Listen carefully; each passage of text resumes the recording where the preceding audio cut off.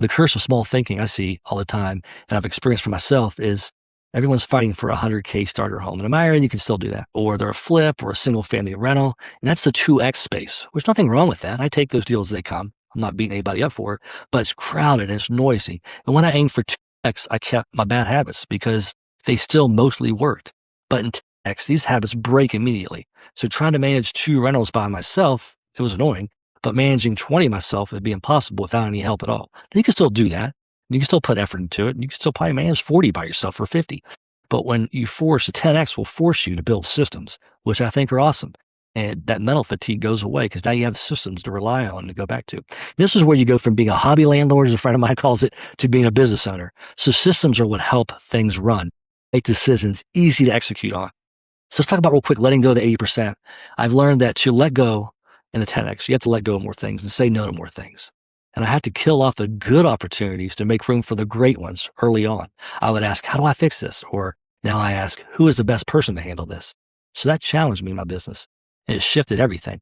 I had to stop being a handyman with a portfolio and start becoming a CEO in my financial world. I'm responsible.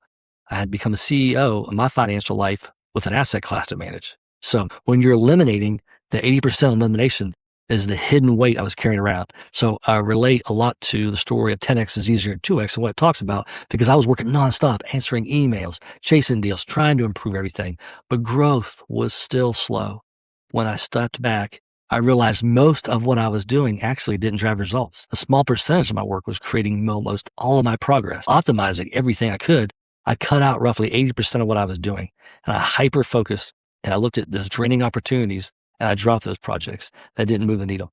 I stopped saying yes to things that just felt productive, and what was left were my best relationships, my highest return activities, and my core strengths. And that's when everything started compounding. I realized growth doesn't come from doing more. It comes from removing what doesn't really matter. Does that make sense? So building the 10X infrastructure, I realized 10X is like, this was mind blowing for me. 2X is like 1 + 1, but a 10 times growth pattern, or 10X, is like 2 × 5. It's leverage to scale. I focus on 3 things. So this is really important. Look at leverage everywhere in your life. How can you leverage what you're doing? How can you leverage other people's time and opportunity? Let's just this real quick. You've probably heard this before. There's 3 things I try to scale on to focus. And the 3 R's: OPM, other people's money. So I give them a good return for their money, for me to borrow it to buy something or to fix something up on a project. They win, I win. To me, it's great. It adds a lot of value to them. It helps me.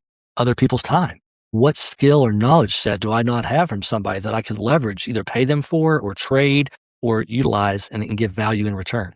So other people's money, other people's time, and then it's systems that run without me, because I can't make 10X on my own. Can't save enough time. You can't save enough money. You never save your way to wealth. You never save time.